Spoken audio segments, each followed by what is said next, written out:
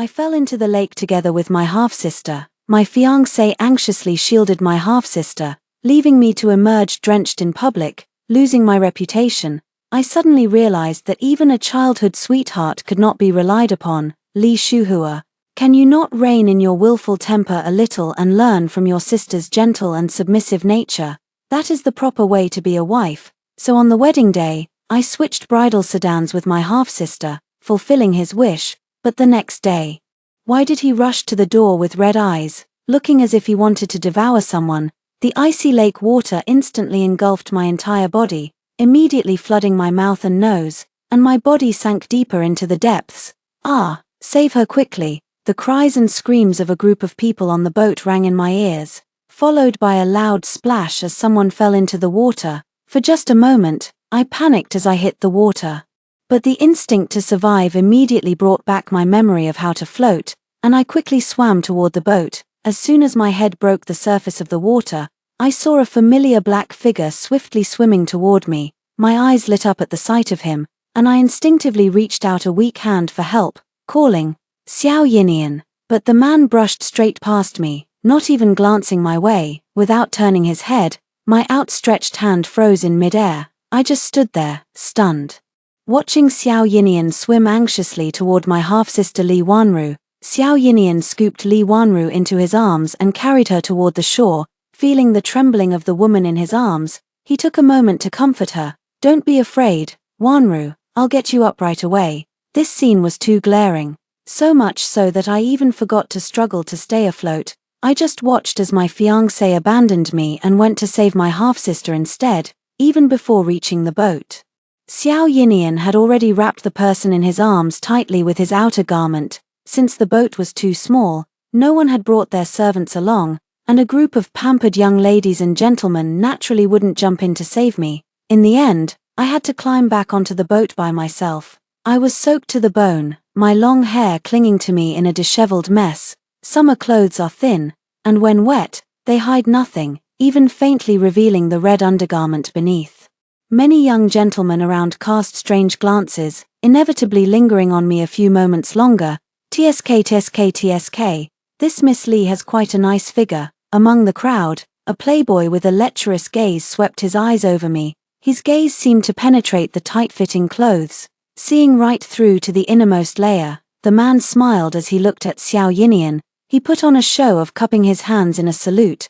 "Young Master Xiao, you're truly blessed. Once you're married, you'll surely have endless good fortune. It's truly enviable. Even though I've always been proud by nature, a woman's chastity is of utmost importance. Being seen in such a disheveled state by so many people filled me with deep humiliation.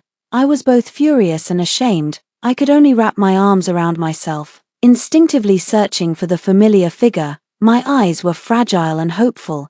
Yinian, at that moment, I just wanted someone to take me away immediately, to shield me from all the strange looks from the outside world. Xiao Yinian, however, tightly wrapped his outer robe around Li Wanru's body, using his own form to shield her, not allowing anyone to take another glance at her. Hearing the playboy's teasing remarks, his expression darkened. Instead, he angrily shouted at me, "What are you still doing here? Hurry up and get back to the ship to change your clothes. You're making a fool of yourself." My body stiffened.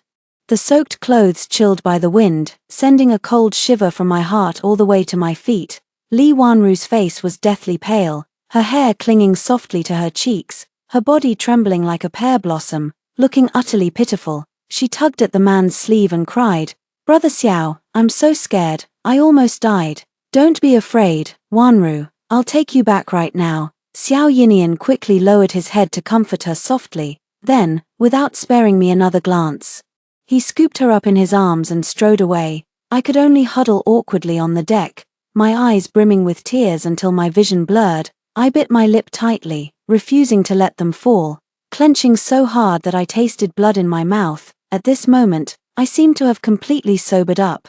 What childhood affection! Xiao Yinian has disappointed and disheartened me too much.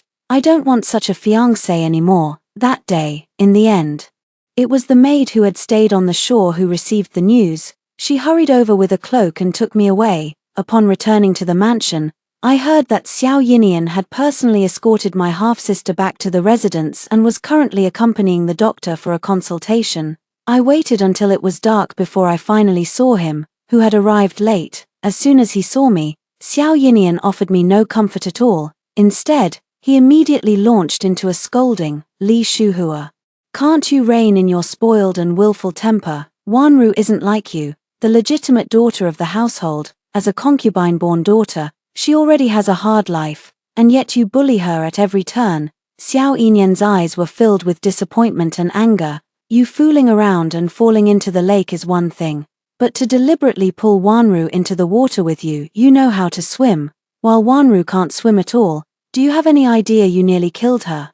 Even though I had long been disappointed in him, I couldn't help but feel a chill in my heart. We grew up together, playing side by side since we could barely walk, and we were even betrothed as children. Even if he doesn't like me as his fiancé, given our more than 10 years of shared history, he shouldn't have been so cruel to me. But Xiao Yinian was just that heartless. He would always stand up for Li Wanru, his half-sister, time and again, putting me in an awkward position in public.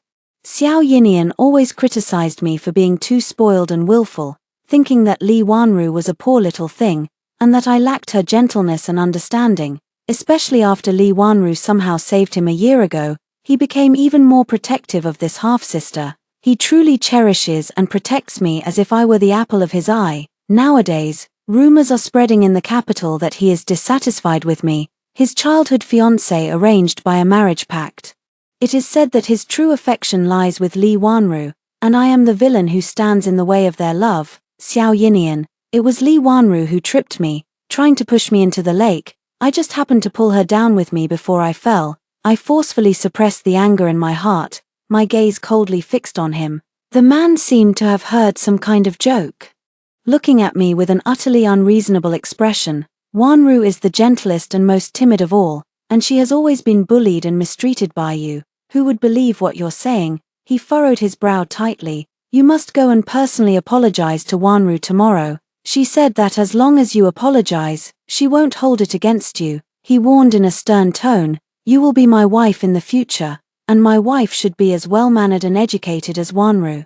Not as willful and unreasonable as you. If you continue to be this spoiled, don't blame me for neglecting you after we marry. Faced with his stubborn disdain, I was too exhausted to explain further and replied calmly. Apologizing to her is absolutely impossible. Xiao Yinian seemed angered by my unyielding attitude and stormed off, saying, You'd better think carefully about your actions. Stay in the manor to recover from your illness and don't go out to embarrass me again.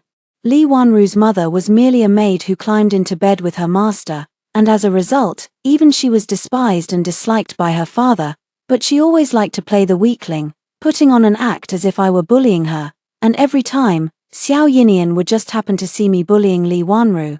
This half-sister of mine, it was laughable how he couldn't see through her tricks, falling for them time and again. For the sake of this half-sister, he would speak harshly to me and argue with me. Mother, I don't want to marry Xiao Yinian anymore. When my mother returned from my maternal grandparents' home in the evening to see me, I said this with a firm tone. My mother was greatly surprised, then frowned. Shuhua, I also heard about what happened today. Xiao Yinian was indeed excessive, but it's that little wretch in the backyard who, like her mother, is dishonest and enjoys playing tricks to seduce men. My mother looked at my pale face with heartache, her teeth gritted in anger. Don't worry, I've already spoken with your father. We'll set her wedding date on the same day as yours, so she can be married off quickly and not cause any more trouble. But I shook my head, looking up at my mother with a serious expression. No, I absolutely will not marry Xiao Yinian.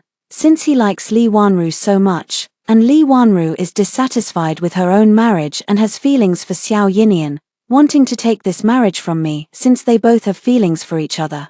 Why don't we do a good deed and let them be together? I looked at my mother's shocked face and smiled slightly. Mother, you go talk to Aunt Liu and ask if they're willing to change this marriage arrangement. A reply from their side came quickly. Aunt Liu was overjoyed, and Li Wanru was also delighted upon hearing the news. As if she had taken some miraculous elixir, the very next day, she couldn't wait to come and confirm with me. Big sister, I heard you also have a slight fever. This is the medicine Brother Yinian sent over yesterday. He specifically went to the palace to get it from the imperial physician. I took 2 doses and was able to get out of bed today. It works really well. Li Wanru was born with a delicate and fragile appearance, her small face pale and pitiful. I glanced at the 2 packets of medicine, my expression growing even colder. You don't need to show off how good Xiao Yinian is to you. Isn't it just this marriage you're after? I'll just give it to you. The wedding is set for the 2nd day of next month. Both of us will marry on the same day, and we'll simply switch places. Once it's done, it's settled. Although her father deeply despised Li Wanru as a stain on the family, he never intentionally mistreated her. He arranged for her to marry Pei Yuji, the eldest son of a military family, who was still fighting on the battlefield. Although his official rank was not high, this young man was both talented and handsome. Excelling in both literary and martial arts, for Li Wanru, a concubine-born daughter, this was already a high match, but she clearly had high ambitions and set her sights on my fiancé, repeatedly trying to seduce Xiao Yinian, and Xiao Yinian's actions also left me disheartened. Li Wanru put on a pitiful, wronged expression and stepped closer, lowering her voice. Big sister, you're really useless, so what if you met Yinianji first? He still likes me the most. The corner of her lips lifted slightly. After being seen like that, how do you still have the face to live? If I were you, I'd kill myself right away to atone for the shame. You have no sense of decency. I trembled all over with anger at these words, but she switched back to that fragile demeanor, looking at me with a face full of fear. Trembling, she curtsied to me. Elder sister's illness hasn't fully recovered yet, so I won't disturb you any longer. I'll come visit you another day. The matter of the arranged marriage was thus settled. All 4 families began preparing for the grand wedding. Pei Yuji is still on the battlefield and won't be able to return until the day before the wedding. Unexpectedly, Xiao Yinian arrived before the wedding, leading a group of people carrying boxes in a grand procession. My father greeted him with a smile, saying, "Yinian, why have you come again? Wasn't the betrothal gift already given?" Only my mother, Li Wanru, her daughter, and I knew about the arranged marriage swap. We hadn't told anyone else, fearing complications might arise, and Li Wanru and her daughter were afraid that this matter would not succeed, so they would keep it tightly concealed and would not tell anyone. Xiao Yinian paused, looking slightly embarrassed. "You've misunderstood. Sir, these are not betrothal gifts for the eldest young lady of the household, but rather dowry additions for the 2nd young lady." Xiao Yinian looked at Li Wanru, who had just arrived, his gaze gentle. "I wonder if the 2nd young lady's illness has improved a bit. She still looks a little pale. If the medicine I brought runs out, please send someone to let me know, and I will go to the palace to request more. You saved my life. If you ever feel wronged after marrying into the Pei family, just tell me, and I will surely storm their gates." Li Wanru's cheeks flushed slightly pink. She glanced at the full 108 loads of dowry additions and quickly waved her hands. "Brother Yinian, this is far too generous. I cannot accept it." She gave me a hesitant look, then lowered her gaze. "Besides, my elder sister would be angry." I also glanced at those additional dowry items. Seeing the servants struggling with the weight, I knew the contents were solid and substantial. A full 108 loads, I sneered inwardly. Xiao Yinian's betrothal gifts had been a standard, unremarkable 88 loads, yet the additional dowry for Li Wanru, his nominal sister-in-law, amounted to 108 loads. Father's expression darkened as well. "Xiao Yinian, my eldest daughter is your fiancé, and in 1 month, she will be your wife. What do you mean by sending such lavish gifts to the 2nd young lady?" Xiao Yinian frowned. "The eldest daughter of the household has fine clothes and sumptuous food. What does she lack? Wanru is just a concubine-born daughter, living a difficult life. I only want to give her some support. And these are merely material possessions." He then looked at me and said matter-of-factly, "As my future wife, you wouldn't be so petty as to begrudge such a small matter. Once you marry into the family, you must continue to look after Wanru." I was truly angered by his tone of entitlement. Why should I be the one to suffer just because he wants to repay a debt of gratitude? I tentatively spoke up. "Since you don't like me, why don't we just call off the engagement?" Upon hearing my words, Li Wanru beside me visibly tensed up, then looked at the man with a hint of nervousness. "What nonsense are you talking about?" Xiao Yinian was clearly taken aback for a moment, then frowned tightly. This engagement was arranged since childhood. The entire capital knows about it. Now there's only 1 month left until the wedding date. How could we possibly call it off?" His tone softened a bit. "I may have spoken too harshly last time, perhaps embarrassing you. It's just that your temperament is overly willful, but after marriage, I will try to be more considerate of you. However, Wanru once saved my life. Please don't bully her anymore. They say love me. Love my dog, you are sisters, so for my sake, take better care of her." Beside him, Lee Wanru visibly relaxed, her face quickly shifting to a look of bashful gratitude. But I also caught a fleeting glimpse of triumph in her eyes as she lowered her gaze. My heart is very calm. Instead, I dismissed the idea of directly and straightforwardly proposing to break off the engagement and arrange a marriage exchange. I know this man in front of me all too well. He is far too arrogant to ever believe that I have now given up on him. He would only think I am throwing a tantrum and being unreasonable. If I bring it up, he definitely won't agree and will become more vigilant. It's better to quietly change the marriage arrangement like this. By then, it will be a done deal, and no one will be able to change it.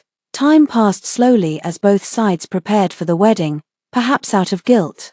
Xiao Yinian has been finding excuses to visit the mansion frequently these past few days, but I always found various excuses to avoid meeting him. Only Li Wanru would dress up beautifully every time, and they would have very pleasant conversations when they met. I imagine the two of them will be very happy after marriage. On this day, I received a letter from Pei Yuji at the border. On the day Li Wanru agreed to the arranged marriage exchange. I had already sent a letter to the border by express courier, explaining everything in detail to Pei Yuji. After all, the marriage exchange involves both families, and I didn't want to end up with a resentful couple in the future, so it was only natural to inform him in advance.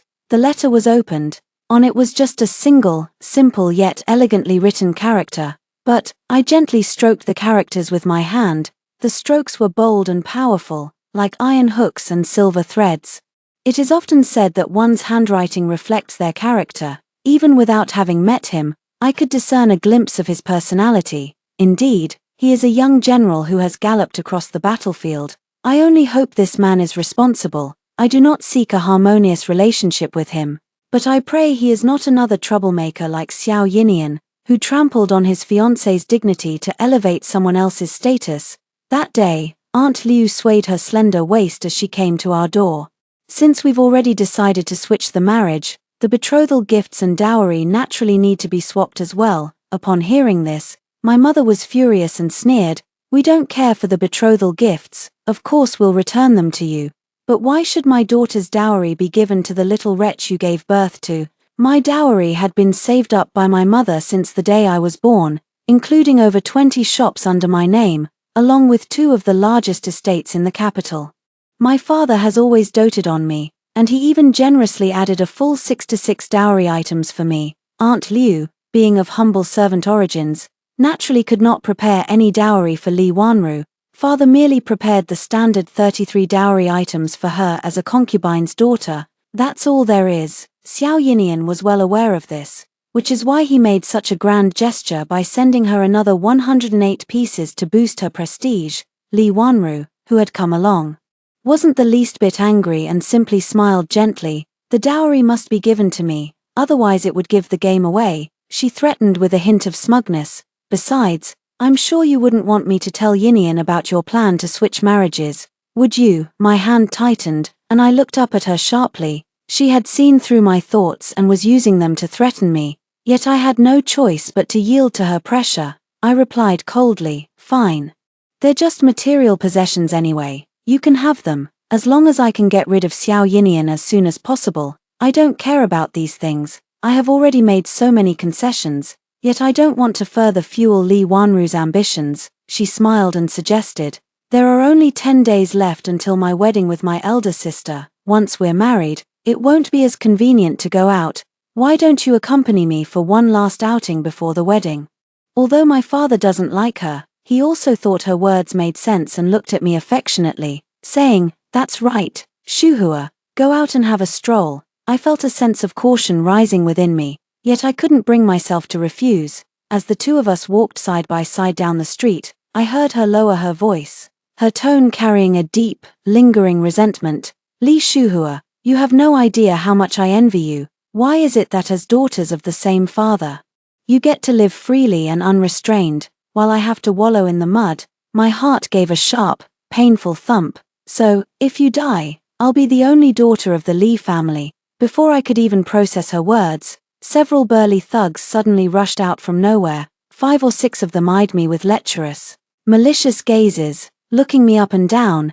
It turned out that the maids and servants who had been following us had somehow gone missing. At this moment, we happened to arrive at the entrance of a sparsely populated alley. Li Wanru wore a sinister smile on her face and pointed at me. Quick, this woman is yours to enjoy. After you're done with her, kill her, strip her naked, and throw her body on the street. I was somewhat incredulous, a boundless chill rising in my heart. Clenching my fists, I felt both fear and anger. Li Wanru, I am your own sister. No matter how much I guarded against it, I never imagined she could be so vicious, wanting to humiliate me in such a way and then completely eliminate me. But Li Wanru was too naive. These people not only surrounded me but also refused to let her go, which finally made her a little afraid. Her face turned deathly pale, her eyes filled with terror. What are you doing? I hired you to capture this woman. I'm the one who paid you, she blustered with a trembling voice. I'm telling you, if you dare lay a finger on me, my fiancé will never let you off. Ha ha ha, we don't care who your fiancé is. One of the burly men stepped forward, grabbed her by the hair, and raised his hand to lecherously stroke her cheek. Ah, get away. Li Wanru, terrified and trembling, screamed in panic. My elder sister is much more beautiful than I am. She is a noble-born daughter of the main family, with delicate skin and tender flesh for you to play with. Faced with the malicious gazes of 4 or 5 men, I was filled with extreme fear, yet I forced myself to stay calm and pulled out the hairpin from my head. I stabbed the back of a burly man's hand. The big man was furious and slapped me hard, sending me crashing into the wall, my vision swimming with stars. Warm liquid seemed to trickle down my forehead, a bloody red haze clouded my vision, and everything went dark. At the critical moment, a man's voice, filled with rage and fear, rang out, "Stop." Xiao Yinian dismounted from his horse, his face a mask of fury as he took in the scene before him. "Yinian, save me quickly." Upon seeing him, Li Wanru immediately burst into tears and cried out for help. Her clothes were disheveled, hairpins scattered, and she looked utterly disheveled, leaning against the wall. I barely managed to open one eye and saw him. At that moment, a glimmer of hope rose in my heart. I still trust that Xiao Yinian will save me. Xiao Yinian, with his exceptional skills, had already taken down 3 of them in just a few moves. Seeing the situation turn against them, the remaining 2 men grabbed me and Li Wanru. The burly men each grabbed me and Li Wanru by the hair. He sneered, "Look at you fighting so desperately. Which one of these 2 is your little lover? I'll give you a chance to take your little lover back, but leave the other one for us." Blood was still streaming down from my head, staining my entire face red. I hung my head weakly, unable to even stand up straight. Yet, hearing those words still sent a chill through my heart. Beside me, Li Wanru was already crying and shouting, "Brother Yinian, it was Li Shuhua who hired these people to ruin my innocence and then silence me." Li Wanru wept pitifully, "Please save me, I'm so scared." The burly men holding us both were stunned for a moment, then burst into laughter, pointing at me with malice. That's right, she's the one who hired us.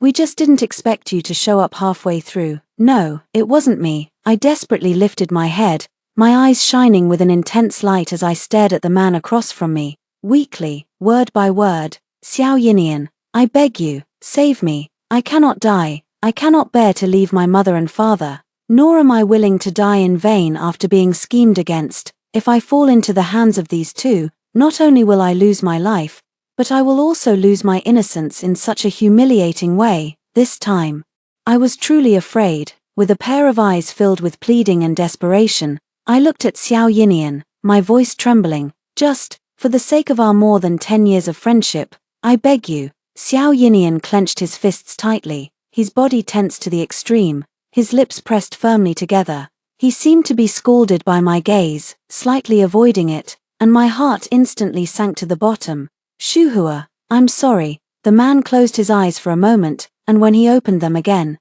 he looked at me with deep guilt and reluctance. Wanru has a gentle nature. She can't bear these things. You've always been resilient. Don't worry, no matter what happens, I won't look down on you. The wedding date remains unchanged. I choose Wanru. Beside me, Lee Wanru's face lit up with joy, crying and laughing in great excitement. Did you hear that? Yinian chose me. Hurry up and let me go. The hopeful light in my eyes dimmed, and I laughed at myself mockingly, my voice sounding as if it were weeping blood. Ha ha ha, Xiao Yinian, you're ruthless, so utterly ruthless. I don't know when, but tears had already begun to roll down my face. My vision was completely blurred, yet I stared unwaveringly at the figure before me. After more than 10 years of growing up together since childhood, even a dog raised by one's side would be hard to part with. How laughable that I, your fiancé, could be discarded by you without a second thought. Xiao Yinian opened his mouth as if wanting to say something, but in the end, he just clenched his fist weakly and palely. He turned his eyes away, his voice hoarse. I have wronged you, but Shuhua, don't worry, no matter what happens, I will never look down on you. I swear to you that I will never take a concubine in the future and will treat you well for the rest of my life. His eyes coldly fixed on the two burly men. You must not harm her life, otherwise, even if it means a fight to the death, I will find you two and your families and take revenge. The burly man roughly shoved Li Wanru forward. Xiao Yinian shielded her protectively. Li Wanru leaned into the man's arms, trembling and crying, Yinian, Yinian, I'm so scared, sob. With one last glance, I watched the two of them embrace each other. I was taken by the big man and we climbed over the wall. Horses were already prepared behind the wall, and I was placed on a horse as we galloped away at full speed. Darkness completely engulfed my vision, and my heart was filled with despair. It was only after a day and a night that I finally returned to the mansion. Mother, with eyes swollen from crying, stumbled out and pulled me into her arms. Woo-woo, Shuhua, my Shuhua. She raised her trembling hand and touched my face. Don't be afraid, it's good that you're back. As long as you're back, nothing else matters. I'm here for everything. After a day and a night, my clothes were disheveled and untidy, my hair even more disheveled, stained with blood, looking quite terrifying. My eyes welled up with tears, and I immediately rushed over, bursting into loud sobs. At this moment, I didn't want to say anything. I just wanted to hold my mother and cry like this. Mother, I'm fine. Peiyuji saved me, and it was also him who had someone send me back. How naive Xiao Yinian is. He actually thought those two big men would spare my life. Just after leaving the city, the two big men had no intention of doing anything to me. They simply wanted to silence me by killing me. At the critical moment, I was saved by Peiyuji, who had just returned to the city. Xiao Yinian is not naive, he is merely deceiving himself. All because I am not that important in his heart. The news of my misfortune and loss of innocence has spread throughout the city. It all started when Xiao Yinian was seen carrying Li Wanru back, which gave rise to rumors and gossip. He himself stated that the person he was carrying was me. Shuhua encountered some ruffians and got injured, and I happened to rescue her. Xiao Yinian, upon hearing the news of my return, hurried over. It had only been a day since we last met, yet he looked haggard. With even a stubble of dark beard on his chin, upon seeing me, his face lit up with joy, and he quickly took a few steps forward. Shuhua, it's great that you're back. He looked me up and down, his voice somewhat hoarse and strained. It's good that you're okay. I was very worried about you. I stared at him expressionlessly, my heart now as calm as still water, curling my lips mockingly. What, are you disappointed to see I'm not dead? Xiao Yinian, you are truly devoted to Li Wanru. Willing to ruin your fiancé's reputation just to protect hers. Xiao Yinian's body stiffened. Then he frowned helplessly. Shuhua, don't talk nonsense. From beginning to end, the only one I've ever wanted to marry is you. It's just that Wanru once saved me, so I should take care of her a bit more. He looked at me with a complicated expression, guiltily saying, Shuhua, the wedding is in 3 days. Let's not dwell on the past anymore. Let it go. From now on, we'll live well together. He wore a comforting expression on his face. Don't pay any mind to those rumors in the capital. After we're married, I'll resign and request a transfer to serve as an official in Jiangnan. There, we can start over, and no one will know you. after more than 10 years of affection, what I care about is you as a person. No matter what you have been through, I will never look down on you. I will love and protect you. He believes I have already lost my purity. I can't be bothered to waste another word on him, nor do I intend to explain. I simply said calmly, "All right, then I'll wait for the grand wedding in 3 days." Both Lee Wanru and I had encountered misfortune, and my father felt guilty, so this wedding was arranged with great splendor. The household is marrying off 2 daughters at the same time, with red silk draping the entire estate. Both Xiao Yinian and Pei Yuji, who has just returned to the capital, are young talents. Exceptionally handsome and outstanding, both dressed in bright red groom's attire, they ride high on their horses, looking exceptionally valiant and impressive. This draws endless admiration from the surrounding commoners, creating a lively and bustling atmosphere. What a joyous occasion for your household. To have 2 such outstanding sons-in-law is truly fortunate and enviable. What's there to envy? You all don't know that the eldest daughter of this household has already lost her purity. I say this, Mr. Xiao must be feeling quite aggrieved inside, marrying someone who is no longer chaste. What? Someone who was unaware of recent events asked curiously, when did this happen? That person sneered. That day when Mr. Xiao carried the eldest daughter of the household back, many people saw it. Her clothes were disheveled, and there were bloodstains on her body. If you ask me, this young Master Xiao is truly responsible. If it were anyone else, they would have long since broken off the engagement with such a fiancé. On horseback, Xiao Yinian tightened his grip on the reins, his back straight and unwavering. Beside him, Pei Yuji glanced at him, a trace of mockery appearing on his gentle and handsome face. Young Master Xiao, I hear you have been taking great care of my fiancé, even sacrificing the eldest young lady multiple times for her sake. He cupped his hands toward him and said, "Young master, you are truly righteous. I could never have the magnanimity to sacrifice my own fiancé for the sake of someone else's." Xiao Yinyan's body tensed even more, and he gritted his teeth tightly. "The second young lady saved my life, and she is also Shuhua's younger sister. I treat her as my own sister and care for her deeply. It is only right that I repay her kindness, so there is no need for thanks." Xiao Yinian looked at the other person and said, "The second young lady has a gentle and compliant nature. But because she comes from a concubine's background, she sometimes feels inferior. I hope that in the future, young Master Pei will treat her well and not mistreat her. Otherwise, if I find out, I will surely stand up for her." Pei Yuji's gentle eyes held even more mockery as he turned away, refusing to look at him. Li Wanru and I had already changed into our wedding attire, wearing red veils over our heads, and were being supported by maids as we stepped out from the mansion gate. All I could see before my eyes was the bright red hem of my own skirt, slowly moving toward the direction of the bridal sedan. Xiao Yinyan's gaze was fixed intently on Li Wanru beside him. Then he dismounted from his horse and personally went over to take her hand. "Watch your step." I then walked past him from his side. Pei Yuji also dismounted and took my hand, his voice gentle. "Come, I'll help you into the bridal sedan." I nodded lightly, after both parties had boarded the bridal sedan chairs.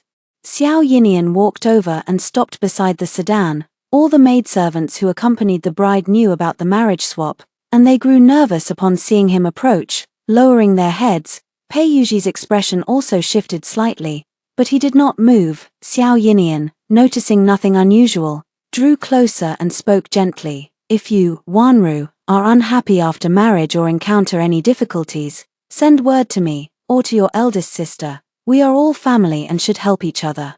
You saved my life, but now that I am to marry Shuhua, it would be inappropriate for me to intervene too often." Sitting upright in the bridal sedan, I listened to these thoughtful reminders and sneered inwardly. How heartwarming indeed, having known him for over a decade. He had never shown me such tenderness and consideration. Fearing that staying silent would arouse suspicion, I gently tapped the sedan chair 3 times in response. As expected, Xiao Yinian didn't suspect a thing. The few insiders also quietly breathed a sigh of relief, though after hearing his words, they looked at him with somewhat complicated expressions. Pei Yuji's lips curved slightly as he mounted the horse. He said meaningfully, "Young Master Xiao has also achieved his wish. Congratulations." The 2 newlywed processions headed in opposite directions, completely separating.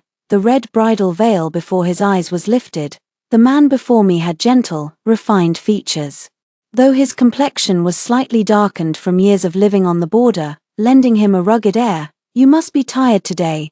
Peiyuji's eyes curved into a smile as he sat down beside me. We had exchanged letters frequently over the past month. And with the life-saving favor from last time, we were hardly strangers. Not bad, but her cheeks still flushed slightly, and she lowered her gaze somewhat unnaturally. The man chuckled softly, his voice gentle. "Don't be nervous. Our Pei family has no habit of taking concubines, since we are already married. Naturally, I want to be a good couple with you from now on. Don't worry about the rumors in the capital. When the time comes, I will request to be stationed at the border. We probably won't return for over a decade. There, the sky is vast and the birds can fly freely. You can live however you wish." My heart warmed. "All right, I'll accompany you to the border." Xiao Yinyan's mind went blank as he stared in disbelief at the woman on his bed. All the memories from last night came flooding back. His eyes widened in fury as he angrily demanded, "Why is it you? What on earth is going on?" Due to last night's hangover, his head was throbbing with pain. Li Wanru on the bed was trembling under the covers, her face slightly pale. She cried, "Husband, in the chaos yesterday, I and my sister somehow ended up in the wrong bridal sedan. But since things have come to this, there's no other way. Besides, don't you also dislike the eldest sister? Her innocence is already lost, and Pei Yuji, coming from a humble background, wouldn't dare say anything. This way, it's a win-win situation. It's actually quite good, after the initial shock." Xiao Yinian was filled with rage, his chest burned with intense anger and panic. He clenched his fists tightly, veins throbbing at his temples, his eyes bloodshot as he roared, "The only one I ever wanted to marry was Shuhua." Thinking of Shuhua, who had already become another man's wife, his heart ached with pain. From the moment he understood such things, he knew Shuhua was his wife. He had always taken it for granted that we would become husband and wife, never expecting any change. Xiao Yinian couldn't wait a moment longer. He hastily put on his clothes, mounted his horse, and galloped straight to the Pei residence. "Pei Yuji, get out here and return Shuhua to me." He pounded on the door with all his might, shouting loudly, his anger reaching its peak. "Pei Yuji." The door opened. Pei Yuji and I walked out side by side, still dressed in fiery red on the first day of our grand wedding, just like the wedding dress from last night. Upon seeing us, Xiao Yinyan's expression immediately changed. He trembled, clenching his fists tightly. "Shuhua, come with me. It's wrong. It's all a mistake. You should have married me." He reached out to grab me, his eyes filled with red veins. I took a step back, avoiding his hand, my gaze icy and indifferent. "Please show some restraint, young Master Xiao." The man stiffened, his outstretched hand still frozen in midair, his face filled with disbelief as he stared at me. He took a deep breath. His tone urgent, "Shuhua, I don't know what happened that made you and Li Wanru get into the wrong bridal sedan, but it's okay. Before the incident spreads, let's correct the mistake." "It's not a mistake. I was the one who took the initiative to propose swapping marriages with Li Wanru. Don't you like her and want to take care of her? By marrying her, you can repay her for saving your life." Looking at his anxious appearance now, I couldn't help but find it amusing. Beside him, Pei Yuji's lips curved into a smile. He took my hand and kissed it right in front of Xiao Yinian. "Mr. Xiao, now that the wedding ceremony is complete, Shuhua and I have become a true married couple. We are both very satisfied with each other, so the marriage is naturally settled. Even though I was far away at the border, I heard that Mr. Xiao protected his own wife and repeatedly wronged Shuhua. Now, as you wished, you have married your wife, so why make a scene?" Xiao Yinian watched with eyes wide in fury, finding the scene unbearably glaring, and could hardly believe what he was hearing. He roared angrily, "Did you all agree to arrange a marriage swap on purpose? I don't believe it. How could this be possible?" Emotionally agitated, he stared at Pei Yuji with a gaze as intense as if looking at an enemy. "It's you, isn't it? Did you do something to Shuhua or threaten her, forcing her to say those words?" He completely refused to believe what Shuhua had said. He couldn't accept this answer either. His Shuhua loved him so much, unwavering for over a decade. How could she possibly choose to marry someone else and abandon him? Something must have happened that he didn't know about. He also couldn't accept the fact that Shuhua had become someone else's wife. Just the thought of it felt like a knife twisting in his heart, leaving him suffocated and in agony. No one is threatening me. I simply don't want you anymore. I stepped forward to shield Pei Yuji, my other hand tightly clasping his. With a mocking look in my eyes, I said, "You've repeatedly humiliated me for Li Wanru, even abandoning my life and honor twice to save her. Do you think I would still marry someone with such character? Since the two of you are so deeply in love, I'm stepping aside to let you be together. What more could you possibly be dissatisfied with? Today is the first day of your wedding. Young Master Xiao should hurry back to accompany your wife, Shu Hua, and I will soon be departing for the border, so we don't have time to entertain you," Pei Yuji said with a smile, then took my hand and turned to enter the gate. I didn't spare Xiao Yinian another glance. "No, Shu Hua, come back with me." Xiao Yinian's eyes were red, and he lost control, trying to rush into the mansion, but was stopped by the guards of the mansion. The guards of the Pei mansion were all veterans from the battlefield, each with extraordinary skills, and they took the opportunity to settle personal scores by giving him a severe beating. The sky was scorching hot and stifling. Two guards threw the bruised and battered Xiao Yinian directly onto the street to roast under the sun, one of them sneering disdainfully, "A man like you, irresponsible and fickle-minded, I spit on you, you're despicable." Another person, still unsatisfied, kicked him again. "Don't ever bother our general's wife again. If you dare speak nonsense, we'll beat you every time we hear it." Today, His Majesty issued the decree. Pei Yuji, with his illustrious military achievements, has been conferred the title of first-rank valiant general.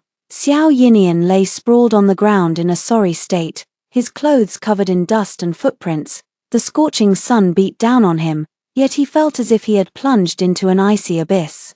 Never before had he experienced such humiliation and disgrace. The surrounding onlookers gathered, pointing and whispering among themselves.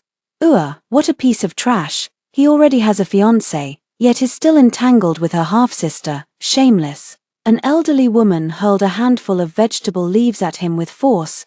"That girl has already found a good match. And you and that shameless little wretch are a perfect pair. How dare you come here to harass the lady? Get lost. Now, a man without responsibility, lying here is just a waste of space." Still unsatisfied, one of them kicked Xiao Yinian again. He remained motionless, lying on the ground as if dead, biting his lips so hard it felt as though his heart were bleeding. The pain was excruciating. His gaze was somewhat vacant and empty. How could things have turned out like this? He had never thought of marrying Li Wanru, yet now his wife had become someone else's lady. After learning of my plight, Pei Yuji vowed to avenge me, so the next day, he submitted the evidence of the Xiao family's crimes he had gathered to the emperor, who was furious after reading it. He directly ordered everyone in the household, including the infants in swaddling clothes, to be exiled to Ninguta, never to return for life. At the same time, the evidence that Li Wanru had hired assassins to harm me was also handed over to the authorities, and she was arrested as well. Due to the severity of the situation and the solid evidence, she was sentenced to immediate execution. On the day I set off for the border with Pei Yuji, I happened to encounter the group of old and young from the Xiao family who were departing for their exile. At the very front of the line was Xiao Yinian. They wore shackles on their hands and feet, dressed only in tattered clothes, their expressions weary and haggard. In just 3 short days, he seemed to have lost all vitality, like a walking puppet. "Make way, the Guardian General is returning to the border. Anyone who dares to disturb the general and his family will be whipped to death." The officer in charge of the escort raised his whip and fiercely lashed Xiao Yinian, who was at the front, with a vicious expression, still daring to be distracted. "Get out of the way now." A bloody gash immediately appeared on the man's fair face. He pressed his lips tightly together, staring intently in the direction of our group. I sat inside the carriage, with Pei Yuji guarding by its side. From beginning to end, I never lifted the curtain to glance outside. Xiao Yinian stared intently at the carriage. Just like that, we passed each other by. The woman he could never forget inside the carriage never lifted the curtain to look at him again, after hearing the first story above. What are your thoughts? Feel free to share your opinions in the comments section. Next, there is another similar story. Let's continue to see. I spent a lifetime as Wenjodi's wife, and he always had an unspoken love in his heart. On his deathbed, he confessed to me that he married me because he couldn't bear to see me, whom he regarded as a sister, suffer in a harsh and desolate land. If there is a next life, he wants to be a little more selfish and follow only his own heart. His final wish came true. I was reborn with my memories and declined his invitation to go see the lanterns together. At the Lantern Festival, he fell in love with Chen Yuyao at first sight. If he hadn't needed to take me, with my sprained foot, to the medical clinic, he wouldn't have been a step behind in meeting Chen Yuyao. One step late, every step late. This time, I won't stand between him and Chen Yuyao. I hope he can get what he wishes for. Are you really not going? The streets are so lively. The persistent boy inviting me had bright eyes, like stars in the sky. Under his hopeful gaze, I still shook my head. I want to practice the piano at home. You go ahead. The sparkle in Wenjoju's eyes dimmed a little, but he didn't press further. All right then, I'll bring you something delicious when I come back. He turned and walked away, his very silhouette exuding the spirited confidence of youth. I watched him disappear through the doorway. Recalling the murmurs he uttered before his death, that fleeting glance at the Lantern Festival was the part of Wenjoju's lengthy final words that he cherished most. Just mentioning it, the tenderness and nostalgia in his eyes seemed to overflow, but when he spoke of the time I sprained my ankle, a shadow seemed to fall over his face. He couldn't just leave me behind, which prevented him from meeting Chen Yuyao right away, becoming his eternal regret. That night, I stayed awake all night, torturously recalling every moment I spent with Wen Jiaod, every time he showed affection and intimacy, every gift he carefully prepared for me, every time he drifted off into silence, every time he unconsciously avoided my touch. His last words were, "Choo-choo, I don't regret saving you, but if only I hadn't married you." The dawn sunlight streamed through the window. I dug out the last piece of rotten flesh from my heart.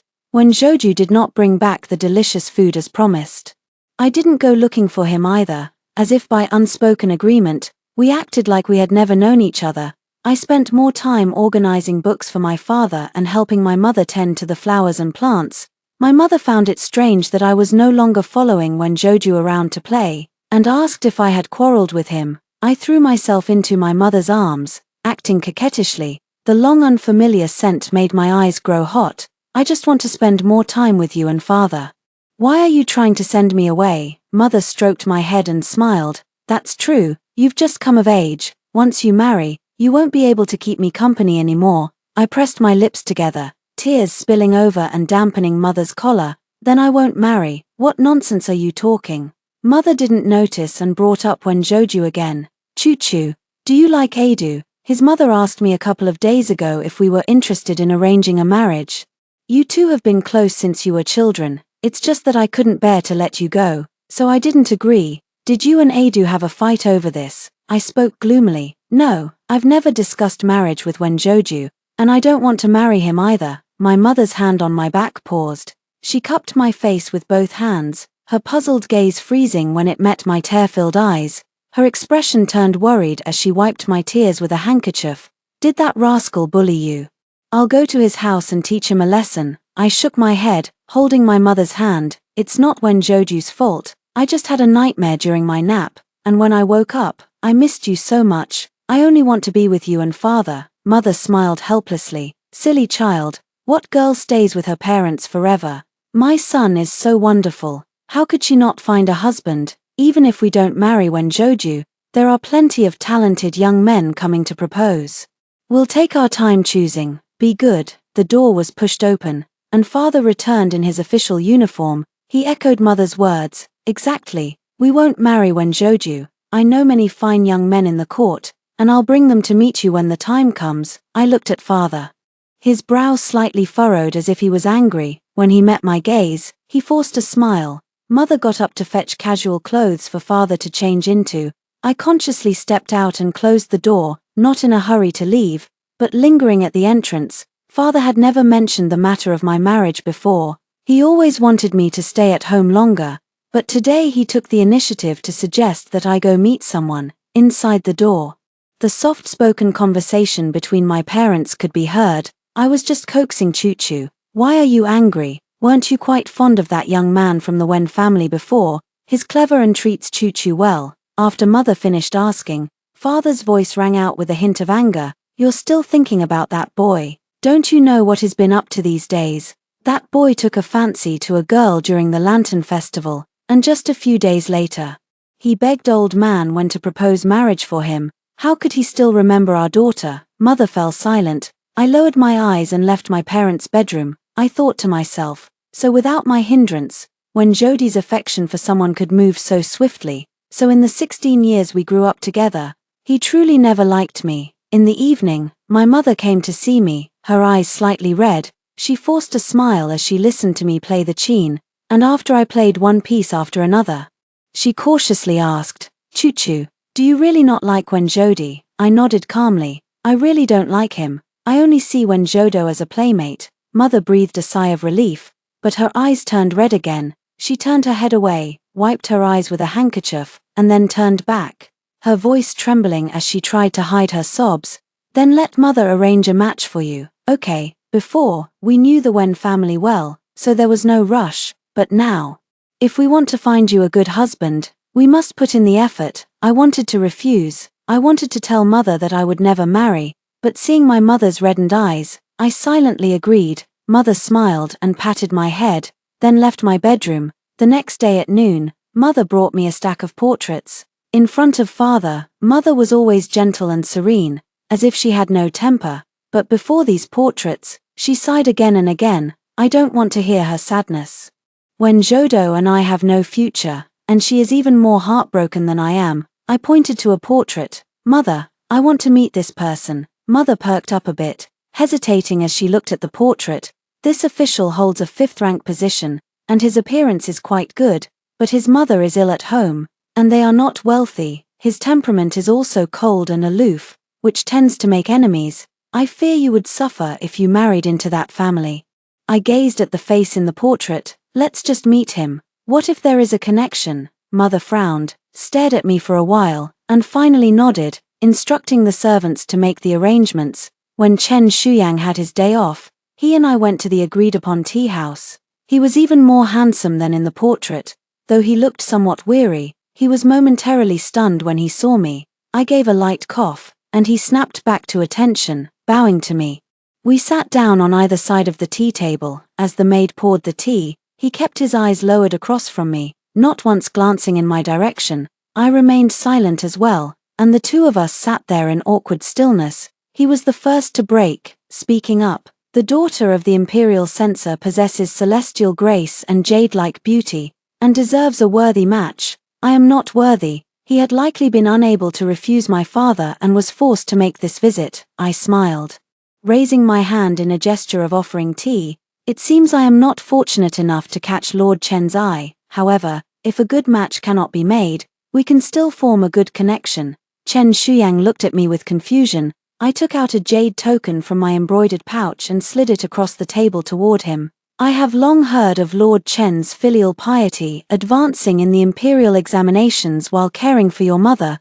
Coincidentally, Elder Lin of Xingchuan Pavilion is a good friend of my father.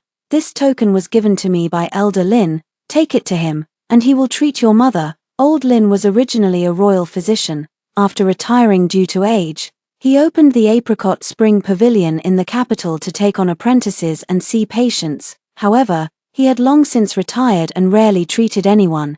Chen Xuyan's expression shifted slightly, then he looked at me with a guarded gaze. "Thank you for your kindness, Miss Luo. But I cannot accept a reward without merit." I sighed softly. My reason for seeking a connection with Lord Chen is indeed not without cause. He showed no surprise. Instead, he relaxed a little. "As a censor overseeing all officials, my father has offended many people. He is upright and inflexible, and while things are fine now, who knows what situation he might face in the future. I just thought that if one day, it would be good if someone could speak up for my father." I lied. I showed him kindness not because I wanted him to speak up for my father. My father has served in the court for many years, and he has both enemies and friends. Even if Chen Shuyang had the intention, he wouldn't be able to speak up for my father. After all, before my father was exiled, Chen had already been secretly demoted to serve as the prefect of Yuju for offending someone. Chen Shuyang was contemplating, staring at the teacup without uttering a word. I did not urge him. Knowing he was a very filial person, sure enough, he accepted the jade token and raised his teacup to me in return. This great kindness will never be forgotten. With the matter settled, I put on my veil and walked out of the tea house with him. He helped me into the carriage, and before stepping inside, I lifted a corner of the curtain and said to him, "The sun is setting, Lord Chen, return home early. If you encounter any difficulties, you may also send a message to the Luo residents." He nodded to me. Just as I was about to lower the curtain, I saw a graceful couple emerge from the tea house next door. Among them, the tall man met my gaze from afar. Then, when Zhoudo looked at Chen Shuyang beside the carriage, I entered the carriage without hesitation. It had been half a month since I last saw Wen Zhoudo, and now, seeing him again, I actually felt a sense of unfamiliarity. This is just fine, it's better not to see him. After returning home, I told my parents that Chen Shuyang and I didn't have any chemistry, and the matter was dropped for the day. They then started looking for the next person for me to meet. I never expected Wen Zhoudo to come and visit. In the past, he could enter my house without needing to be announced. But now the gatekeeper came to ask if I would see him. I said I won't see him. The gatekeeper left, but soon returned. "Young master Wen says he has something important to give you and insists on seeing you." "Nothing is important. I still won't see him." This time, the gatekeeper did not return. Not long after, the patrolling servants caught someone and brought them before my mother and me. When Zhoudo looked rather disheveled, with many grass clippings and mud on the hem of his clothes, he respectfully bowed to my mother and said, "Auntie, I have something I wish to say to Chuchu. Please grant me this favor." My mother gave him not a single kind look. "If I don't let you in, you just climb over the wall. If I don't make it convenient, would you even knock me out?" A look of embarrassment flashed across Wen Zhoudu's face, but he remained remarkably composed. "There really is a reason for this. I have something important to discuss with Chu, Miss Luo." I stared at him, my gaze probing. The word steady was not out of place when it came to Wen Zhoudu. But the young Wen Zhoudu was at his most spirited, his emotions unrestrained, unable to hide anything on his face. Mother let out a cold snort, and I patted her hand. "Mother, I'll have a word with him." A glimmer of light flashed in Wen Zhoudu's eyes. I tilted my head, signaling for him to follow me, and we stopped at the octagonal pavilion in the garden. "Do you have something to say to me?" He coughed into his fist, avoiding the question. "Why is the dog hole blocked?" He used to come and go freely in my house. He found a dog hole and, despite being a young master, didn't mind the dirt. When he was too lazy to use the main gate, he would crawl through the dog hole to find me. I was afraid of thieves, so I had it sealed. "Did you come just to talk about the dog hole?" Perhaps my voice was too cold. When Zhoudo's intention to build rapport also faded, he took a few sheets of paper from his pocket and placed them on the stone table.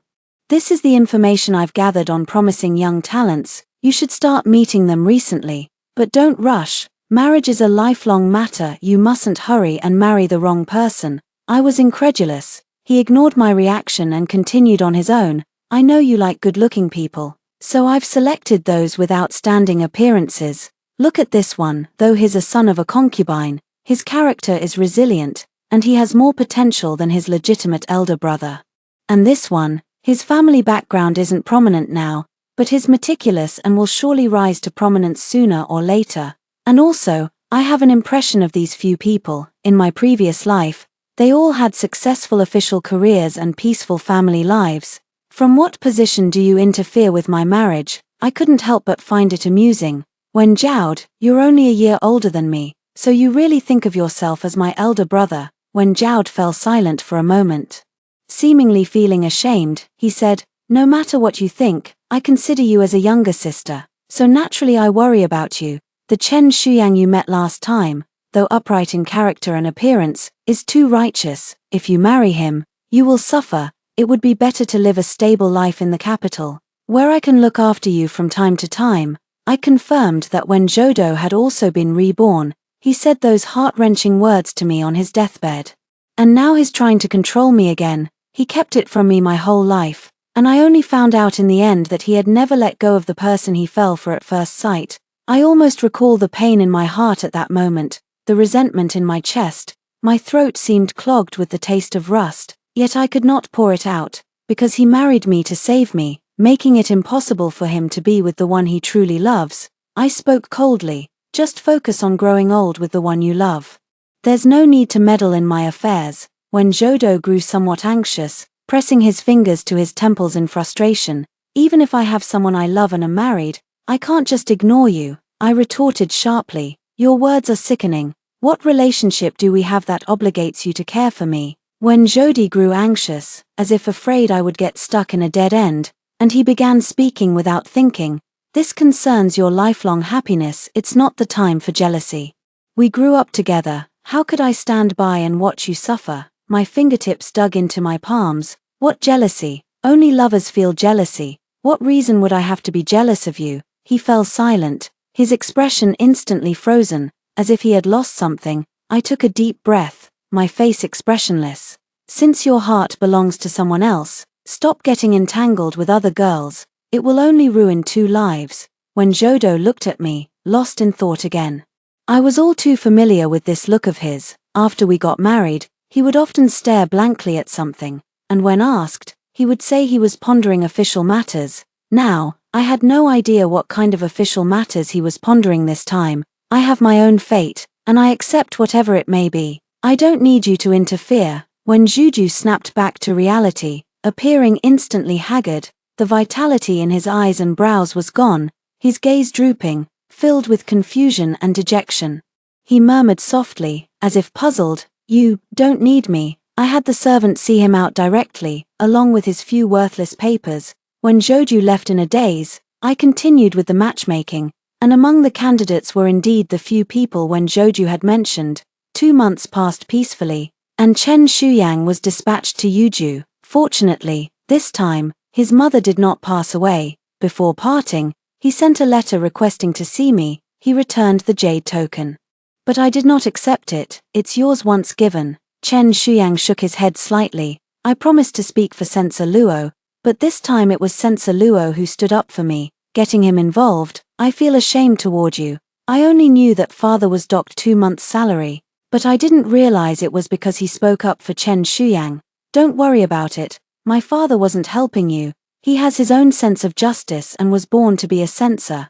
Chen Shuyang also smiled, but soon became worried. Lord Luo's temperament has its good and bad sides. Miss Luo, if you can, please advise Lord Luo to speak less. He lowered his voice. The capital is about to undergo a major change. He didn't say much, but I understood clearly. At the end of July, the traitorous General Cheng Boyuan was escorted back to the capital, thrown into the great prison, to be executed after autumn, in the previous life. Father believed there were doubts and repeatedly submitted memorials urging a thorough investigation into Cheng Boyuan's alleged collusion with the enemy, but they were consistently rejected. Not only did father know it was improper, but others did as well. Even General Cheng himself knew. Though he was advanced in years, his reputation was immense, and his achievements overshadowed the ruler. Even if he voluntarily handed over the military tally to the emperor could not rest easy. As soon as the frame-up occurred, Cheng Boyuan knew his fate. He told his subordinates to protect their homes and defend the country, not to cause trouble for him, and not to let the people suffer the calamities of war. He exchanged his own death for peace. My father was stubborn. He believed the case was suspicious and could not let the soldiers lose heart, so he submitted memorials again and again. He married me off, gave my mother a divorce letter, then went to court and remonstrated to the death. Unable to die, yet having angered the emperor, I was exiled to Yuju. My mother sold off the family property, gave me half, bid me farewell, and then set off to follow my father. They were in Yuju, leaving me alone in the capital. It was my father who pleaded with Wen Zhouju, an elder begging a younger man to marry his daughter. In that situation, he only had time to entrust me to Wen Zhouju. My father acted out of love for me, while Wen Zhouju was forced into a kind deed. My father secured my future, and Wen Zhouju took care of me for the rest of my life. Thus, all the anger and resentment I felt because of love were shackled. I cannot blame anyone. It leaves me with a bitterness I cannot express. This time, I made 2 preparations, to befriend Chen Shuyang, so that even if I were exiled to Yuju, I would have someone to look after me.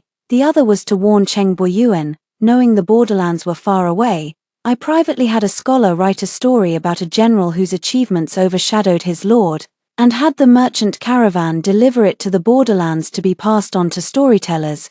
Books that spread from the capital to that place are meant to serve as reminders and warnings. General Cheng has been a general for a long time, and he must have sensed some of the emperor's intentions toward him. I don't know exactly what happened between them or how they framed him, so I can't provide more information. When the day the news of his collusion with the enemy originally spread was calm, I truly thought he could escape this disaster, but just half a month later, he was secretly escorted back to the capital. I realized I couldn't intervene in General Cheng's hopeless situation. I had heard something from the master, and when the emperor wanted to eliminate hidden dangers, pave the way for the crown prince, and secure the empire, whether it was the verdict at this moment or the future rehabilitation of General Cheng after the crown prince ascended the throne, the purpose was the same. If the king wants his minister to die, the minister has no choice but to die. 2 months later, it will be the day of General Cheng's death. Father is not far from being exiled. Father returns home each day more silent than the last, his gaze toward mother and me growing increasingly profound. I know what he's thinking. I also know I can't stop him. Father is a loyal minister, devoted to the state, stubborn to the point of being a headache. And what mother loves most about father is his integrity. One is willing to fight, the other is willing to endure a perfect match. Persuading them is futile. It would be better to urge my parents to take good care of their health. Arrange for a residence in Yuju early on, and with Chen Xuyan's help, life won't be too difficult to endure. Once the crown prince ascends the throne, General Cheng's case will be retried, his reputation restored, and my father will be recalled to the capital. My parents both passed away in the capital. After 8 years in Yuju, their health had become frail, and they passed away peacefully within 3 years of returning to the capital. If life in Yuju had been better, they might have lived longer by taking better care of their health. My frequent correspondence with Chen Shuyang was seen by my parents as proof of affection between us. I found it difficult to explain, and after discussing it, they thought Chen Shuyang was a good man, but Yuju was too far away. They didn't want me to marry far from home, so they asked me to break off contact with Chen Shuyang. My father grew increasingly anxious to find me a match. Originally, he was the most reluctant to see me marry early, but now he wished I could find a good home by tomorrow. I went along with his arrangements, but every time I returned home, I could find a reason not to marry. This made my father so anxious that he started losing clumps of hair and even developed 2 blisters on his tongue. If I didn't marry, my mother couldn't rest easy until she saw me wed. He couldn't arrange things properly for the 2 of us. Mother didn't understand why he was so anxious and worked up, so she brewed him calming and heat-clearing medicine every day. I secretly contacted Chen Shuyang and discreetly sent medicinal herbs and elixirs from the capital to Yuju. When father caught me in the act of sending a letter, he was so angry he leaned against the wall and said, "What do you see in such a stubborn boy?" I cleared my throat lightly. It's not that I'm interested in him, I just think he has the demeanor of a father. Father hesitated, his hands clasped behind his back, straightening his posture as if to scold me. But then he hesitated again. The atmosphere grew awkward. I waited for father to scold me, but he didn't know how to do it. Mother chuckled. Our Choo-Choo has the same good taste as me. Father snorted and turned to go to his study. Mother and I giggled behind his back. Just as the gatekeeper came to announce, "Madam, Miss," the gatekeeper's expression was indescribably strange. The Wen family has come to propose marriage. I doubted my own hearing and instinctively looked at my mother. Mother also looked puzzled. Many people had already gathered outside the main gate. Master Wen arrived with the matchmaker, followed by servants carrying betrothal gifts. When Zhoudo stood beside Master Wen, keeping his eyes downcast and remaining silent, Mother put on a forced smile, not inviting anyone inside, and asked directly, "What does Lord Wen mean by this?" Lord Wen's smile was somewhat strained, likely remembering the previous incident. "Choo-Choo has grown up. I've come to propose on behalf of my unworthy son." Mother glanced at Wen Zhouju's expression. "So it's a marriage proposal." Looking at young Master Wen's complexion, I thought he was here seeking medical help. Wen Zhouju stared straight at me. his voice devoid of emotion. "I willingly seek to marry the young lady of the Luo family, Luo Minchu, as my wife. I ask for the approval of the Luo family's master and mistress." Father came over from the study and stood beside mother, saying to Mr. Wen, "You're late." Father chuckled and said, "My daughter's marriage has already been promised to someone else." The color drained from Wen Zhouju's face instantly, his voice cracking with urgency.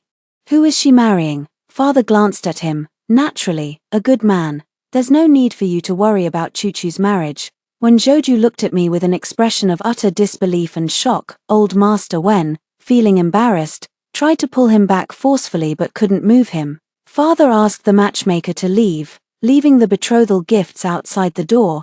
He then invited old Master Wen inside to reminisce and have tea, saying as he extended the invitation, "I've long heard that Adu has taken a liking to a girl, so why hasn't there been any good news yet? Adu is no longer young, so don't stand in his way, and don't think about making Chuchu your daughter-in-law. She has her own mind, and I can't control her." Master Wen looked as if he had swallowed a bitter pill, his expression full of suppressed frustration. My mother, playing along with my father, casually invited Wen Zhouju in. "You and Chuchu have been playmates since childhood. Once she gets married, you two will hardly be able to see each other anymore." Following behind my mother, I could feel Wen Zhouju's gaze fixed on me. Just before I stepped into the main hall, someone grabbed my wrist. When Zhoudu pulled me aside, stopping in a secluded spot, I withdrew my hand and waited for him to speak. He remained silent for a long time, and I lost my patience, taking the initiative to ask, "Aren't you fond of Miss Chen?" After parting ways during the Lantern Festival, my focus had been entirely on my family. I hadn't inquired about their affairs, and I likely knew even less about them than my parents did. Given how Wen Zhouju has been pining for Chen Yuyao his entire life, how could he still come to propose to me? When Zhouju spoke hoarsely, I thought I would be with her too. I sat on the stone railing, my mind at peace. "Yes, I've heard all about it. You fell in love with her at first sight during the Lantern Festival, and later even had your father propose on your behalf, inviting her out to play many times. I thought you would marry before I did." When Jody looked up at me, "Chuchu, don't you care at all?" The more relaxed my voice was, the heavier his tone became. I smiled. "Care about what? You treat me like a sister, and I treat you like an older brother. When an older brother gets married, of course I offer my blessings." When Jody closed his eyes, a pained expression on his face, "That's not it." "What is it not?" He took a deep breath. "I don't see you as a sister." These words were spoken with the same firmness as when he had once said he saw me as a sister. Suddenly, he bent down, grasped my arms with both hands, and looked seriously into my eyes. "Chuchu, you should marry me." I suppressed my smile. "What about Miss Chen?" When Zhouju replied without hesitation, "She has her own destiny, but I am not part of it." I was taken aback for a moment. I knew that on the Lantern Festival, it wasn't just Wen Zhouju who had taken a liking to Chen Yuyao, there was another man as well. That man was also quite decent. While Wen Zhouju was taking me, with my injured foot, to the medical clinic, that man had already taken the initiative to get to know Chen Yuyao. When Wen Zhouju went to find Chen Yuyao again, another person's shadow had already taken root in her heart. That's why in the previous life, Wen Zhouju was a step too late. This time, without my presence, is he still late? "Did you run into a wall with Miss Chen, so you thought of me again?" "No, it's because I have a compelling reason to marry you." When Zhouju immediately denied it, looking extremely serious. "Chuchu, believe me, I know your parents will be exiled to Yuju in the future. Only by marrying me can you stay in the capital, and we can still grow old together." I let out an ah and retorted without much emotion, "Sacrificing your own marriage for my sake? No wonder you looked so upset just now."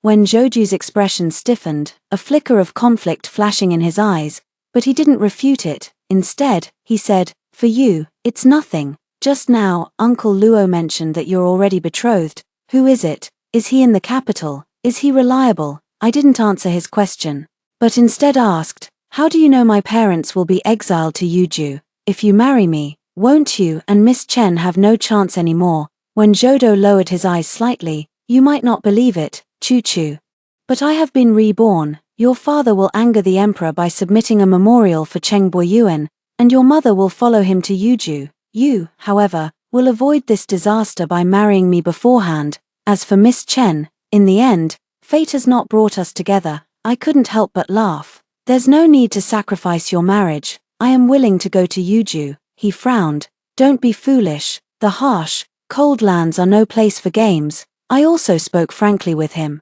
Do you think the distance between us now is solely because you chose to avoid me? He was taken aback for a moment. I chuckled softly. I've been avoiding you too. When Joju, I hope you can fulfill your final wish. When Joju's face was even more grim than it had been at the entrance of the mansion, he looked at me blankly. Last wish. Yes, this time you don't have to sacrifice anything for me. I won't become your burden. When Joju seemed to have lost his soul, staring at me in a daze. Unconsciously, he took 2 steps forward and protested. No, that's not it. He grabbed my wrist. I don't want you to help me fulfill any wishes. Choo-choo, let's just be like we were in the previous life. I'm happy with that. If you were willing, you wouldn't have looked like that when you just proposed. I looked that way only because, he was eager to explain, yet seemed at a loss for words. I withdrew my hand. All right, let's leave it at that. I turned and walked toward the main hall. He murmured a question behind me. Don't you love me anymore? I heard it, but I didn't answer. In his previous life, marrying me was an act of his kindness. In this life, not marrying him is my kindness. As for the question he asked, I've decided to wait until I'm about to die to tell him. But I should live a very long life. He passed away at 40, and after he took his last breath, I took poison as well. I didn't know if it was heartache or stomachache at the time, only that my mouth was full of blood, and my mind was filled with the thought that he would love someone else for the rest of his life. In this lifetime, I want a peaceful end. Father no longer forced me to meet suitors, waiting for whose letter, asking the servants every few days if there was any mail from him. During this period, I went to Xingchuan Pavilion to assist the disciples of Elder Lin. I borrowed many of their medical notes. Elder Lin's disciples are all skilled in medicine, and out of respect for my father, they were willing to offer me some guidance. What worried me most about going to Yuju was my parents' health. The long journey and harsh environment made me anxious. Even though I knew from my past life that they would be fine, I'm so busy that I'm hardly ever home, and father is still running around for General Cheng, leaving only mother alone in the house. She sensed something was off. I remained the same as before, but father had grown noticeably colder toward her.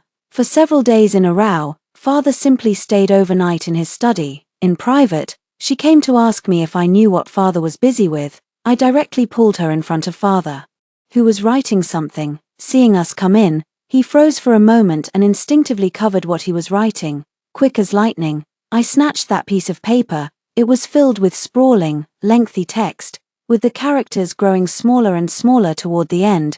But no matter how much was written, it was still a divorce letter. Mother's eyes instantly reddened. She tore the paper and slapped father across the face. Luo Joan, what are you trying to do?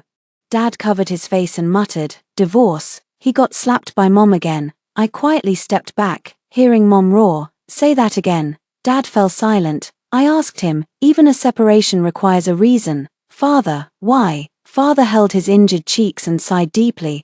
I naturally have my reasons. Speak. Mother glared at him angrily. Father pursed his lips, seeming conflicted, and looking at mother's face, he slightly shook his head. You just need to know that the separation is for the good of you and the child. My palm was also itching.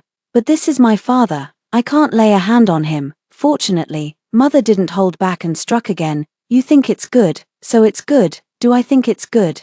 Slap after slap landed on father's shoulders and back, but he hunched his neck and didn't dodge. All right, I'll speak. Only then did mother stop her hands. Father let out a deep sigh. General Cheng has been wronged. I wanted to plead his case, but His Majesty's mind is already made up. If I insist on defying the imperial will, mother paused, gazing at father for a long time before finally looking at me. As if she had made some decision, she pulled out a piece of paper, placed it on the table, and handed the pen to father. Write another divorce letter. My heart trembled, and I looked at her in astonishment. She said to her father, I will take good care of Choo-Choo. You can go ahead and do what you need to do. The plaque of the Luo residence was replaced with that of the Bai family. Bai is my mother's surname. Mother established a female-headed household and took me with her, With father handling things at the household registration office, the documents came through quickly. Father left the house to mother and me, while he rented a place for himself. It was his own choice, his own path to walk, as Cheng Buyuan's sentence drew nearer. Mother grew thinner and more silent by the day. I comforted her, telling her not to worry anymore, as father would be safe. She only thought I was trying to console her. Finally, father was imprisoned, mother cried all night, and at this critical moment, few dared to associate with our family. A few days later, someone sent me a private letter. I had previously met so many people and built good connections, I couldn't help much, but I could drop a hint.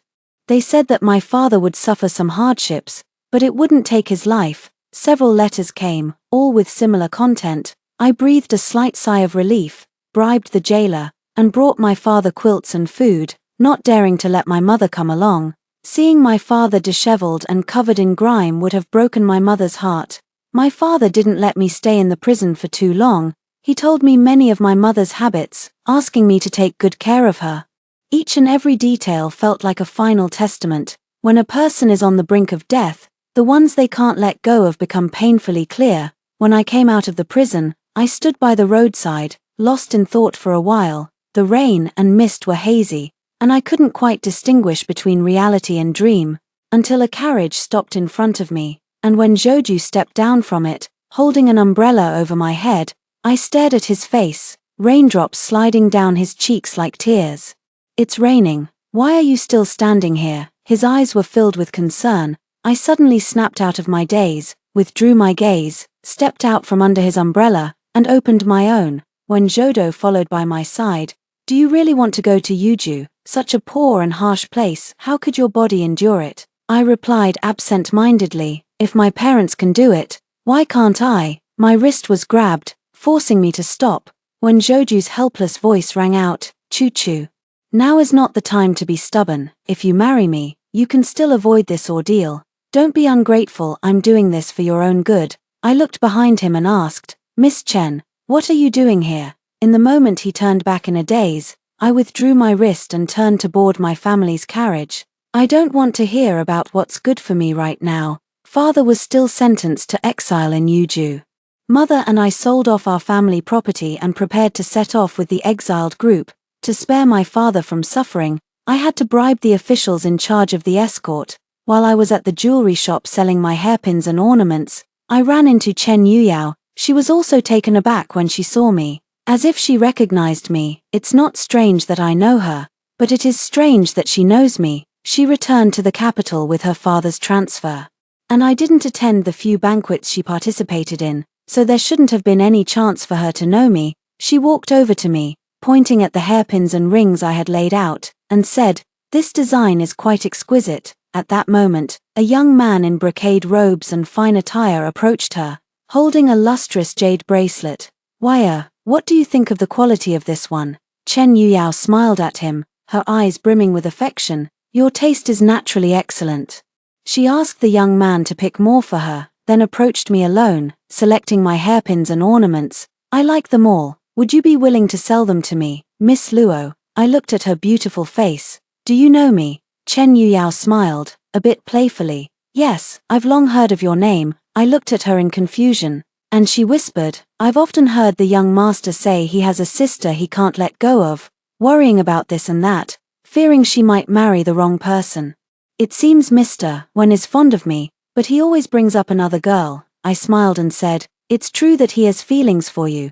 Chen Yuyao raised her eyebrows slightly and pointed at the young man picking things for her over there.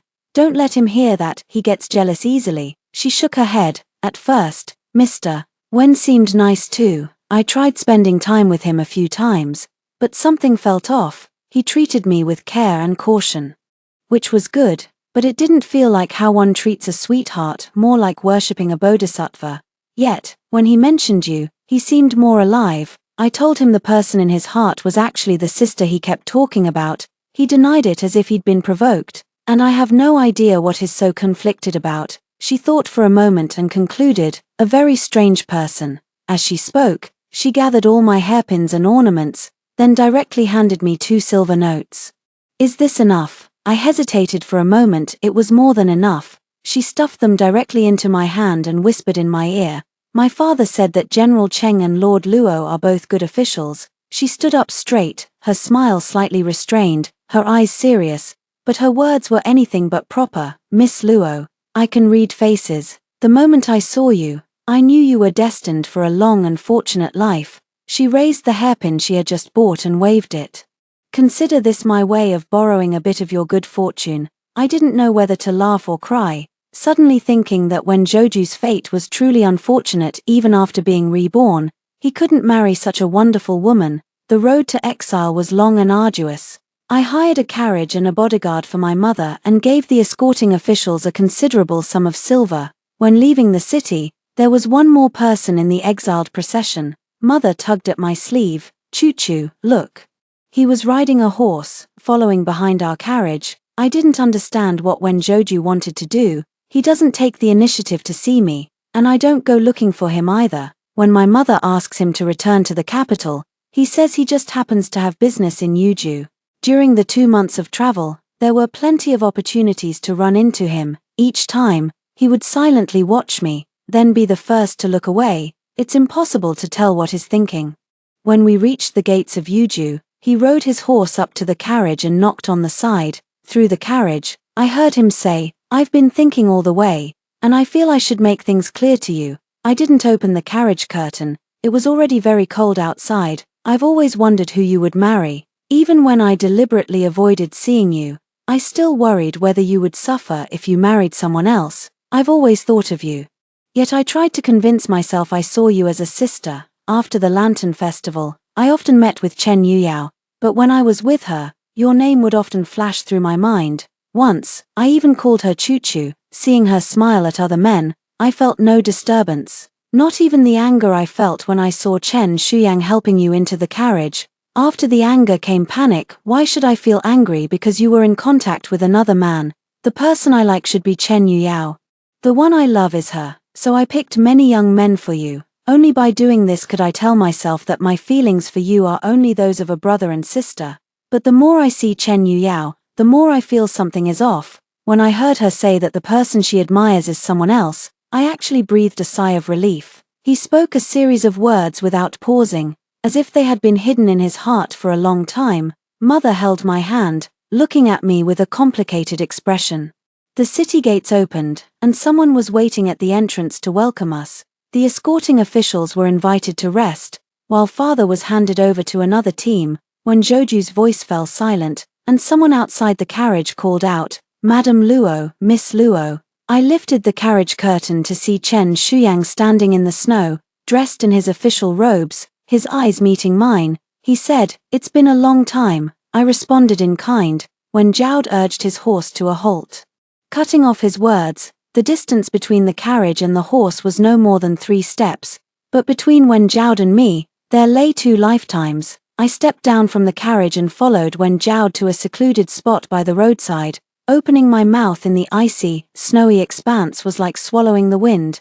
I don't know how Jodo managed to say so much just now. He was dressed very warmly, but it was visibly much rougher, with less youthful spirit and more desolation. When Jodo looked at me, his gaze deep and heavy, reminding me of him from my previous life. Suddenly, it felt like the previous life was truly the previous life, already very distant from me.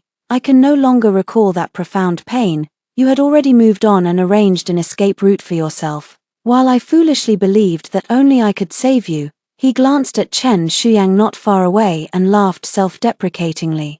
"I don't want to admit that I wasted so much time that should have been spent loving you sincerely. I needed a reason to be with you that wasn't because I loved you, but still allowed us to be together, even on the day I came to propose, and the day I picked you up at the prison gate. I was still deceiving myself like this, avoiding everything that had happened in the past, unwilling to admit that this outcome between us was my own fault." His voice lowered to a near whisper. "But it's you I love, Choo-choo." I was both slow-witted and hypocritically despicable. "So I lost you, didn't I?" Chen Yuyao said he was awkward, and this is the reason for his awkwardness. I stared at the snowy ground. The snow was pure white, looking clean, but beneath the snow, who knows how much rotten grass and mud lie hidden. I blinked, tightened my hat, and said to him, "Joju, You say you're hypocritical and despicable. I can't respond to that question because no matter what kind of person you feel you are, I was the one who benefited from the facts in the previous life. I can't blame you. He wanted too much, believing that what he didn't have was the treasure, while what he had in his hands wasn't bad, yet it couldn't satisfy him. He gazed at me, sorrow flowing in his eyes. Let's just say we were fated but not destined. Once missed, it's missed. I stood up and distanced myself from him. Thank you for escorting me this far, but let's stop here. In this lifetime, we should each go our own way. I thought of the question he had asked me earlier. I had originally intended to keep him waiting, to answer him much later. Now, thinking about it, there's no need to hold on to this stubbornness. When Joju, I truly don't love you anymore. When Jodo returned to the capital, Mother and I moved into the residence arranged by Chen Shuyang, which was fully furnished, cozy, and warm. It was not far from where Father worked. Chen Shuyang visited from time to time, but he mostly spoke with my mother, and I always felt he was avoiding me. It seems he is truly filial, dutiful to his own mother and to others' mothers as well. However, my mother remembered that we had been exchanging letters frequently and created an opportunity for me to be alone with Chen Shuyang. The room was warmed by the fire in the stove, cozy and comfortable. Mother is in the kitchen cooking with the cook. She won't let me help, telling me to entertain Chen Shuyang instead. I took out some dried fruit for him to eat. He sat upright, as if a ruler were pressed against his back. He still wouldn't look at me. I crunched on the dried fruit. Just like when we first met, he didn't speak, and I didn't speak either. This time, he spoke first again. Miss Luo, is what your father? Uncle Luo said in the letter true? I was stunned. My father had written him a letter. Chen Shuyan's face flushed, likely from the warmth of the charcoal fire. He said, some things are hard to explain clearly in a letter, so I took the chance to ask in person. He suddenly became serious, staring straight at me. Miss Luo, do you truly admire me and wish to form a bond with me? Caught off guard, I crushed the dried fruit in my hand. What did my father say to you, that old man? Making decisions behind my back again. Chen Shuyang sensed my surprise, paused for a moment, and said, Uncle Luo wrote to me, saying that if we are mutually fond of each other, it wouldn't be impossible, but I must do my best to be transferred back to the capital. He frowned in confusion. A man who had served as an official for many years now appearing somewhat foolish. But now that you've come to Yuju, do I still need to return to the capital? It dawned on me only later. Finally catching his previous words, mutual affection, I knew my father had misunderstood me, and what Chen Shuyang said about mutual affection. Is the charcoal fire burning too fiercely? Chen Shuyang pursed his lips, and without saying a word, the blush on his face made everything clear. I felt somewhat at a loss. I am the daughter of a disgraced official, he said gently. My heart is as clear as a mirror. I looked at him, his gaze soft, a smile playing at the corners of his lips.